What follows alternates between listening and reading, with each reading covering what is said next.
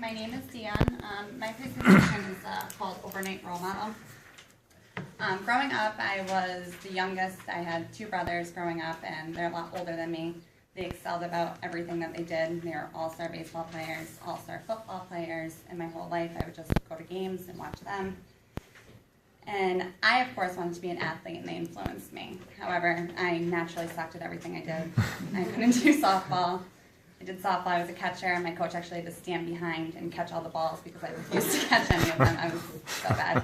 Basketball, same thing. Not enough hand-eye coordination going on there. As awful as that. Soccer, then I tried. Thought I was good. I really wasn't. Turns out once I had started dancing, I kind of got used to that. I liked being on stage. I liked being the stage presence. I did ballet for about 10 years. And then all of a sudden, a couple of my girlfriends started to do Pop Warner cheerleading. So I started doing that only because they were doing it. And it turns out I found my niche. My brothers would make fun of me and said, it's not a sport, you look ridiculous, you have a bow in your hair, you have makeup on while you're performing. But it turned out that I found my niche, and I was good, and I was naturally good at it. I started off doing Pop Warner cheerleading, and then I had gotten asked numerous times actually to join different all-star teams in the area. There was about 3 in the area at the time, and the most competitive one of all asked me to join their team. It was an honor, but it was also very expensive, very pricey, so I wasn't sure if I was going to do it. Went to the first practice, and I absolutely loved it.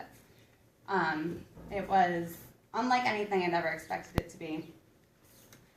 You get placed on your teams with all-star cheerleading based on your skill level, so it's kind of regardless of age, and there's levels that go 1 through 6, and I was 13 years old, placed on a level 14, which was like a huge deal. So I started doing that. I was all of a sudden, next thing I knew, cheerleading took over my life. I was constantly in the gym, constantly training, constantly learning new skills. It was my #1 priority, and I absolutely loved it. I loved the drama. I loved the broken bones. I had broken more noses of people than I care to admit, just by falling on them. I loved the accomplishment of getting a new skill and the constant travel, and I loved every bit of it. I used to always remember, though, even as a young girl, I would constantly idolize my coaches. I always loved my coaches and looked up to them. And after a few years of competitive cheerleading, I'd gotten approached by the owner of the company, and she had asked me if I would be willing to coach a cheerleading team. Without hesitation, I was ready to do it. I was like, this is awesome, this is great. Next thing I knew, the season had started, and all of a sudden, I was a huge, huge role model to a bunch of little girls, and it was kind of more than I was willing to take on. These 3 girls, actually, I coached them from when they were 7 years old, and they're all juniors, sophomores, seniors in high school at this age now. So it's crazy how I watched them grow. I was their #1 fan. I was their therapist. I was their personal trainer. I was their lifeline.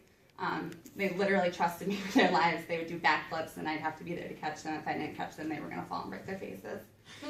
I had seen these girls at their most confident times, their least confident times, their most dramatic times, their issues inside and out of school, and I watched them grow. I taught them these girls how to trust, how to be patient, how to dedicate their time, how to be a part of the team, how to manage their teamwork skills, and how to get through stuff inside and outside of the gym. I was a personal hairdresser. I did that numerous times. But during this time, coaching actually taught me a lot of things that I didn't even know it was going to teach me. And as I look back, they taught me way more than I ever even taught them. They taught me how to be patient. You're teaching somebody, you're coaching somebody, you're dealing with all different skill levels, and it's crazy how you don't notice how people learn so differently and how people are sensitive. It taught me to read and study all that I can for success. In all-star cheerleading, there's a lot of rules and regulations. There's a lot of things that you can and cannot do, so you had to study up on them in order to have your team be as successful as possible. It taught me to inspire. When you're in a position of leadership, everybody's going to have an opinion on you, so you need to be as influential as you possibly can, and it really is so rewarding to be inspiring such young minds.